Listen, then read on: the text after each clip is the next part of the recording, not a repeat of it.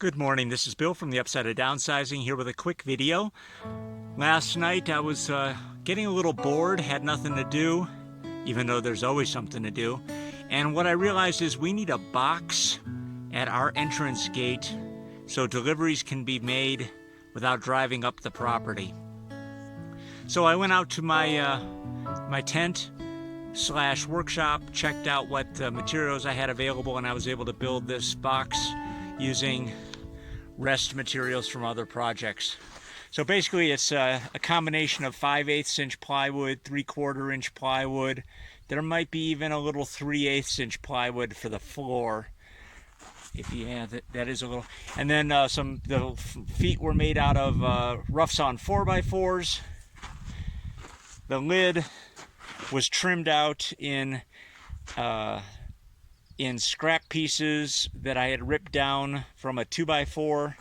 So the sizes aren't exactly right when you look at my miters, but when I get done sanding and staining it, it'll look just fine.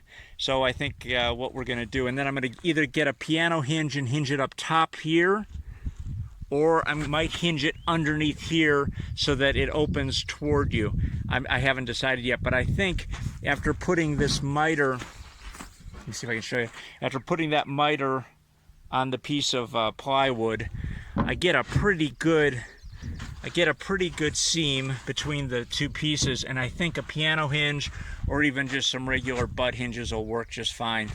And then deliveries will be able to be made inside here. So anyways, just wanted to let you know what's going on.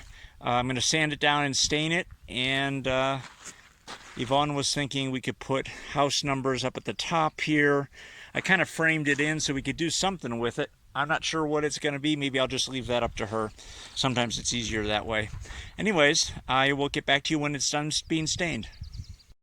All right, I just went over the box with 40, 60, and 150 sandpaper, and just trying to decide how we're going to finish it. We might end up using a dark brown stain just to keep it unobtrusive and also kind of cohesive with the rest of the wood on the property thus far. But I'll leave that up to Yvonne. So I've just completed the chest. This has one coat of a dark brown deck stain and then 3 coats of an exterior oil-based polyurethane satin finish. Put 2 hinges on the top today to complete the project, and I'm hoping these hinges hold up. Finding exterior grade hinges at a reasonable price is kind of difficult, and I wanted an oil rubbed bronze just so that it kind of matched as far as the tone is concerned.